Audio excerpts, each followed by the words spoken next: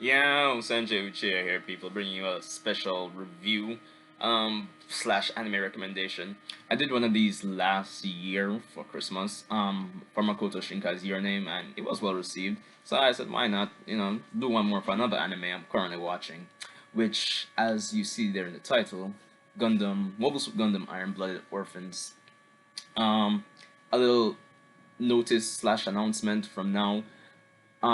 Tonight I doubt I'll be able to do my Dragon Ball Super review.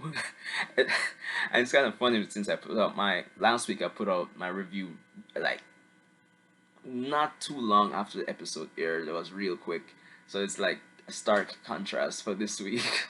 So sorry about that. I'll be out like all night. So look forward to that tomorrow because by the time I get home, I'm gonna be like way tired.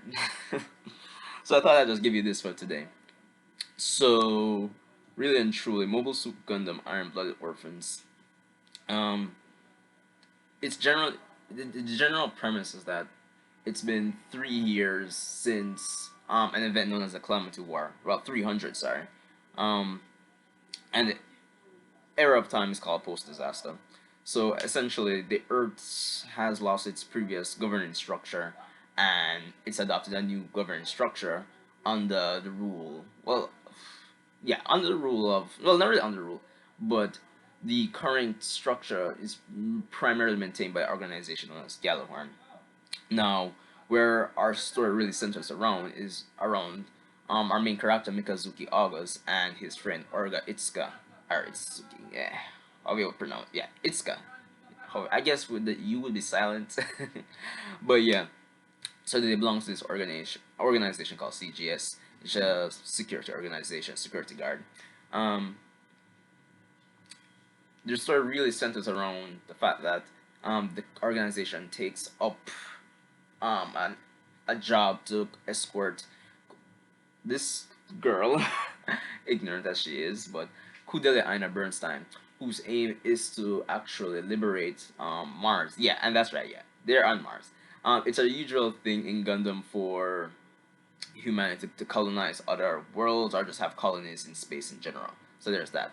So Kudelia Aina Bernstein seeks to get independence for the current city they're living in on Mars from the Earth sphere, the current government. But um, the Earth sphere government actually wants to nip this in the bud. It's because it's essentially a rebellion. So they make use of the organization Gallahorn. Of course, in taking up the job, a few things happen, and Orga and Mikazuki eventually overtake CGS and eventually rename it to Tekadan.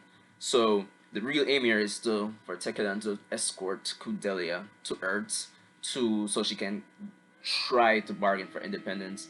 And Tekadan uses this as a way to make a name for themselves. Because as the title implies, the main characters and their group overall they are orphans. So the story really centers around them actually making a name for themselves and developing as characters along the way, essentially. Of course, if you like Mecha, I'm pretty sure you'll like this. If you like Gundam, I'm pretty sure you'll like this.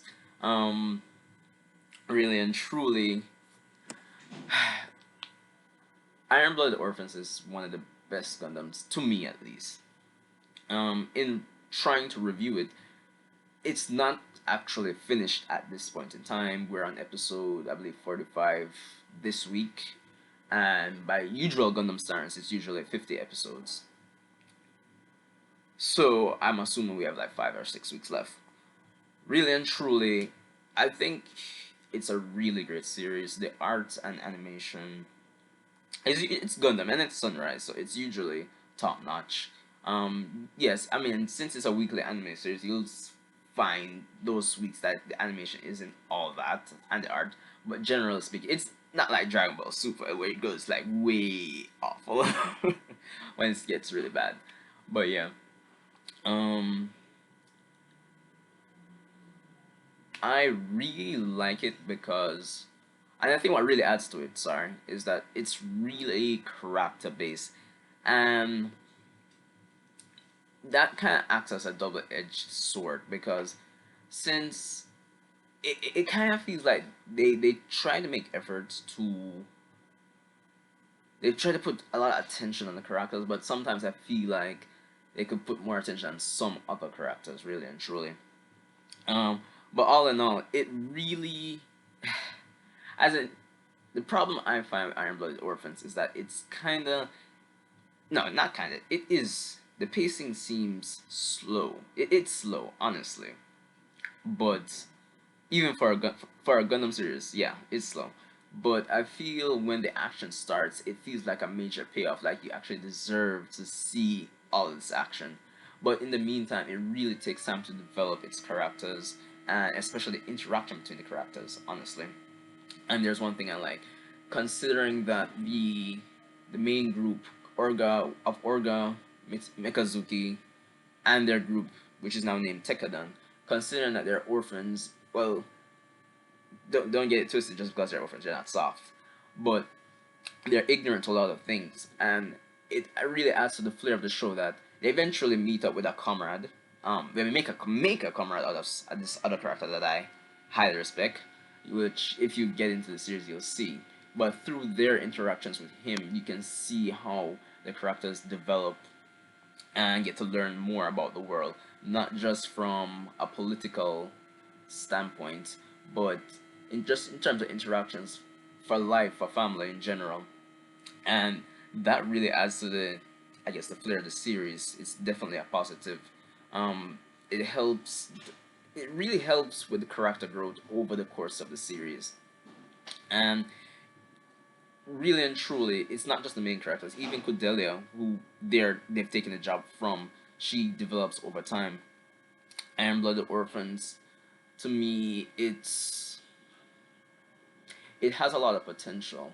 Honestly, like I could see this even having a sequel series, but man, we'll see. Um, Characterization is usually good. Character development, art, animation, I think is top notch. I definitely recommend it to anyone really. It's not, Gundam in general isn't really a shonen. You know how they would say, for well, what's sorry about it. The demographic shown is what, usually like 13 and up, young boys, whatever. But I really classify Gundam, generally speaking. There are some exceptions because there are like tons of Gundam series, and some might actually consider shonen. But like this, which fits the regular mold of Gundam, regular formula, I'd consider it a seinen. It's it it I wouldn't say it has senseless action. Every battle is for a purpose essentially in it. It's more of a, I guess, a more mature. If you're looking for a more mature type of entertainment, anime wise, I definitely recommend Iron Blood Orphan. Generally speaking, the fact that it fits the regular formula of Gundam, so things like corruption, politics, um, war. Well, I mean, war isn't a lot of anime, but eh. But yeah, these general things and kind of things that speak to, I guess, the nature of humanity. Um, these are just some things that, since it fits the regular formula, are included in the series, and for that, it makes for a very interesting watch, to say the least. Um, but yeah, of course, since it's at episode 45 this week, I believe, yeah, we season one's done, and we're almost done with season two. I won't get too much into the difference between the seasons. But all I can say, the quality hasn't dropped since between season one and season two. I know probably some anime like this that probably might, drop in quality, but the quality has been pretty up there still. In terms of the writing, story wise, it just kind of gravitates to me. In that, I could probably compare it to Naruto in a sense. We just have this group of youths that really want to make a name for themselves in the world, and they're tired of what they've just been through hell, honestly. You'd have to watch to see. But I definitely recommend it. Um, what to say? I'm not sure. I know I did mention a sequel, but I'm not sure if that's gonna happen. I mean, from the story, I do see potential for a sequel, and it would be great if they did, but I'm not sure. But this is Sanjay Uchiha. I didn't really want to make this too long, honestly. Well, then again, it's kind of like a review up to this point. But yeah, so slow pace, but fulfilling and rewarding action, great characterization, great character development, art and animation is pretty good. Um, yeah, there's not really much more to say about that. You get the general gist of the story. Um, I mean, if I'm not gonna lie, it's not gonna be a series for everyone because I say it's slow paced, but I definitely recommend it.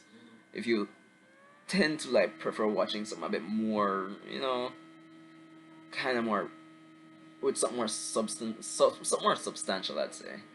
I definitely recommend this. But the Sanjay Uchiha, and I'll see you in the next one, people.